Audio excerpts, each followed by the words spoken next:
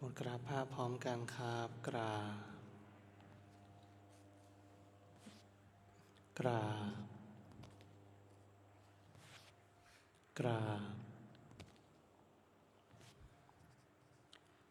บบารมีธรรมพ่อแม่ครูบาอาจารย์ครับ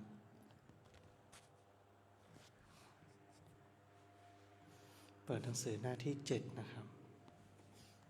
หมวดกล่าวคำบูชาพระรัตนตรัยพร้อมกันครับอิมินาสการเรนะพุทธังอภิปูชยามะอิมินาสการเรนะธัมมังอภิปูชยามะอิมินาสการเรนะสังฆังอภิปูชยามะอะระหังสัมมาสัมพุทโธภคะวาพุทธังภคะวันตังอภิวาเทมิสวากขาโตภคะวตาธัมโมธัมมังนามัสสามิสุปฏิปันโนภคะวะโตสาวกสังโฆสังฆังนะมามิหันธรรมยังพุทธัสสะภะคะวะโตปุพพภาคณมะการังกโรมะเสนะโมตัสสะภะคะวะโตอะระหะโตสัมมาสัมพุทธัสสะ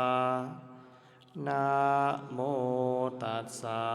ภะคะวะโตอะระหะโตสัมมา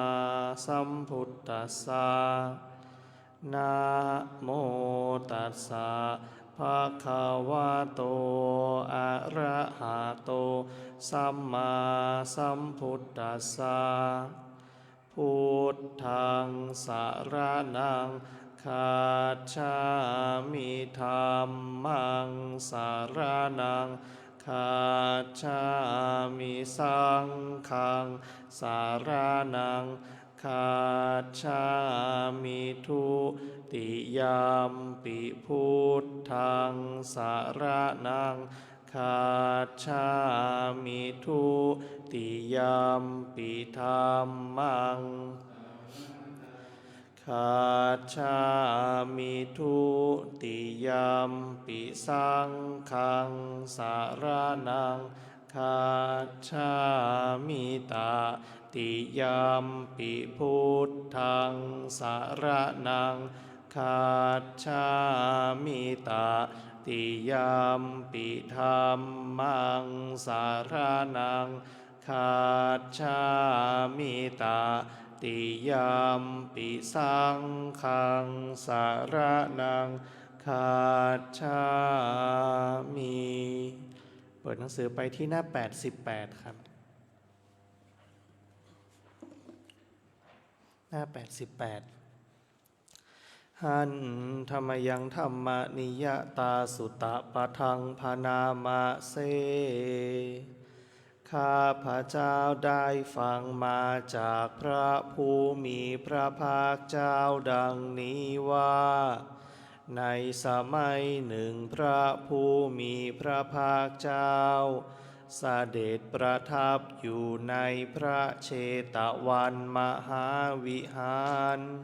ของท่านอนาถบิณฑิกเศรษฐีในเมืองสาวัตถีในการครั้งนั้นแล พระผู้มีพระภาคเจ้าได้ตรัสเตือนสติภิกษุทั้งหลายให้ตั้งใจฟังและพิจารณาตามพระดำรัสของพระองค์ครั้งเมื่อภิกษุเหล่านั้นกราบทูลด้วยความเคารพพร้อมที่จะรับฟังแล้วพระผู้มีพระภาคเจ้าจึงได้ตรัสอย่างนี้ว่าดูก่อนภิกษุทั้งหลายความเกิดขึ้นของพระตถาคตเจ้าทั้งหลายหรือว่าความไม่เกิดขึ้นแห่งพระตถาคตเจ้าทั้งหลายสักแต่ว่าเป็นธาตุที่ตั้งอยู่กำหนดอยู่แล้วตามธรรมดาว่าเป็นสังขารคือรูปนามที่มีเหตุมาจากธาตุทั้งหลายประชุมกันโดยมีอวิชชาตัณหากรรมปรุงแต่งขึ้นล้วนแต่ไม่เที่ยงมีความแปรปรวนไปเป็นธรรมดาเราตถาคตรู้พร้อมเฉพาะอยู่ถึงเฉพาะอยู่ส่วนธาตุนั้นครั้นรู้พร้อมเฉพาะแล้วบอกกล่าวแสดงบัญญัติแต่งตั้งแล้วเปิดเผยจำแนกทำความให้ตื่นขึ้นเป็นที่เข้าใจง่ายว่าสังขารคือรูปนามที่มีเหตุทั้งหลายมาจากธาตุทั้งหลายประชุมกันโดยมีอวิชชาตัณหากรรมปรุงแต่งขึ้นล้วนแต่ไม่เที่ยงมีความเกิดขึ้นตั้งอยู่แปรปรวนไปแล้วก็ดับไปเป็นธรรมดาดังนี้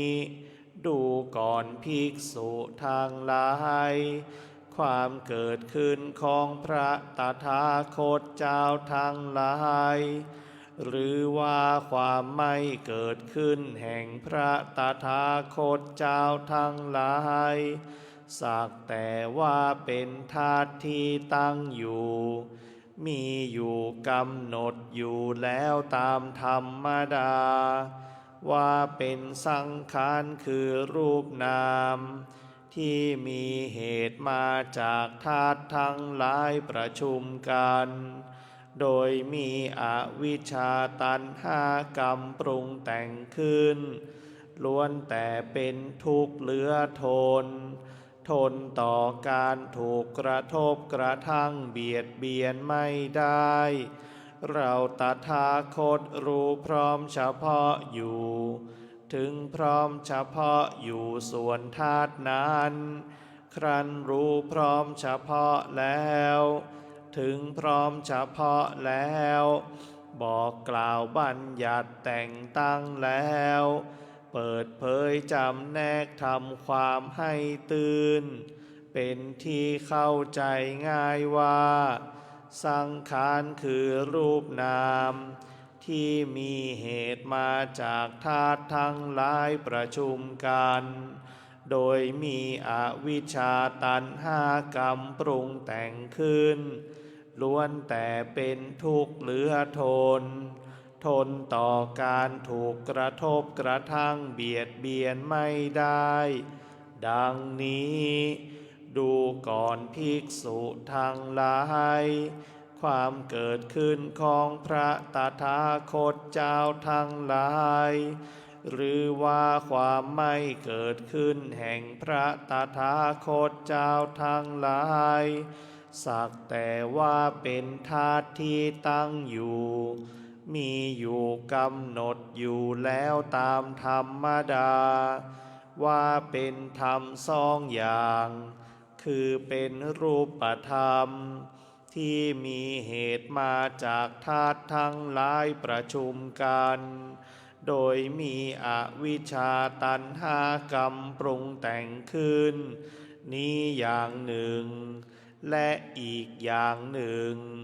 คือธรรมที่ไม่ใช่รูปนามไม่มีอวิชชาตัณหากรรมปรุงแต่งขึ้นทั้งหมดล้วนแต่เป็นอนัตตามิใช่ตัวตนมิใช่ของเราไม่มีอะไรเป็นแก่นสารของเราต้องสลายไป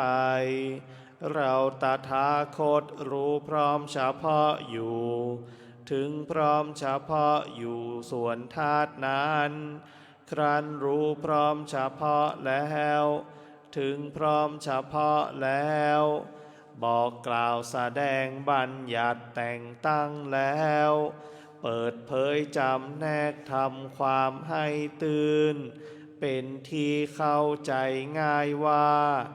ธรรมทั้งหลายคือรูปนามที่มีเหตุมาจากธาตุทั้งหลายประชุมกัน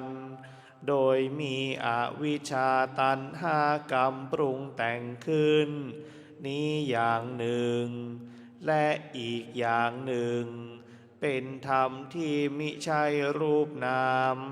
ไม่มีอวิชชาตัณหากรรมปรุงแต่งขึ้นทั้งหมดล้วนแต่เป็นอนัตตามิใช่ตัวตนมิใช่ของเรา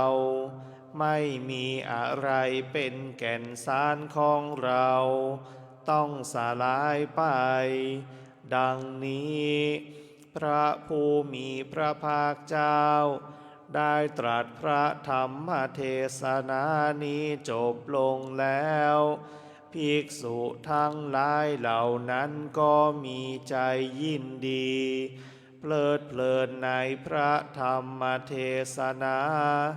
ของพระผู้มีพระภาคเจ้าด้วยประการฉะนี้แลเมื่อใดบุคคลเห็นอยู่ด้วยปัญญาว่าสังขารทั้งหลายทั้งปวงไม่เที่ยงเมื่อนั้นเขาย่อมเบื่อหน่ายในทุกข์การเห็นและเบื่อหน่ายอย่างนี้เป็นทางแห่งความหมดจดเมื่อใด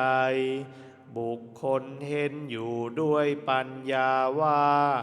สังขารทั้งหลายทั้งปวงเป็นทุกข์เมื่อนั้นเขาย่อมเบื่อหน่ายในทุกข์การเห็นและเบื่อหน่ายอย่างนี้เป็นทางแห่งความหมดจดเมื่อใดบุคคลเห็นอยู่ด้วยปัญญาว่าธรรมทั้งหลายทั้งปวงเป็นอนัตตาเมื่อนั้นเขาย่อมเบื่อหน่ายในทุกข์การเห็นและเบื่อหน่ายอย่างนี้เป็นทางแห่งความหมดจดในบรรดามนุษย์ทั้งหลายชนผู้เข้าไปถึงฝั่งคือพระนิพพานมีประมาณน้อยมากทีเดียวส่วนหมู่สัตว์คือชนที่เหลือนอกจากนี้ย่อมแล่นเลาะไปตามชายฝั่งเกาะสกายทิฏฐิอยู่นั่นเทียวสำหรับหมู่ชนที่มีปกติประพฤติตามธรรมที่พระตถาคตเจ้าทรงกล่าวไว้แล้วโดยชอบก็จักถึงฝั่งคือพระนิพพานล่วงพ้นวัฏฏะสงสารอันเป็นที่ตั้งแห่งมัจจุคือกิเลสมารที่บุคคลข้ามได้ยากยิ่งนั้นไปได้บัณฑิตควรจะละธรรมอันดำเสียแล้วพึงเจริญธรรมอันขาวให้มีขึ้นโดยอาศัยเอาจิตเกาะพระนิพพานแดนที่ไม่มีตัณหาออกจากตัณหาอะไรแล้วพึงละกามทั้งหลาย เป็นผู้ไม่มีความกังวลยินดีในพระนิพพานอันสงัดที่ใครๆยินดีได้โดยยากนั้นบัณฑิตควรทำจิตให้ผ่องแผ้วจากกิเลสเครื่องเศร้ามองทั้งหลายดังนี้แลสำหรับการสวดมนต์สาธยายธรรมในช่วงเช้าไว้แต่เพียงเท่านี้ลำดับต่อไปเราจะได้เปลี่ยนอิริยาบถในการเดินจงกรมครับ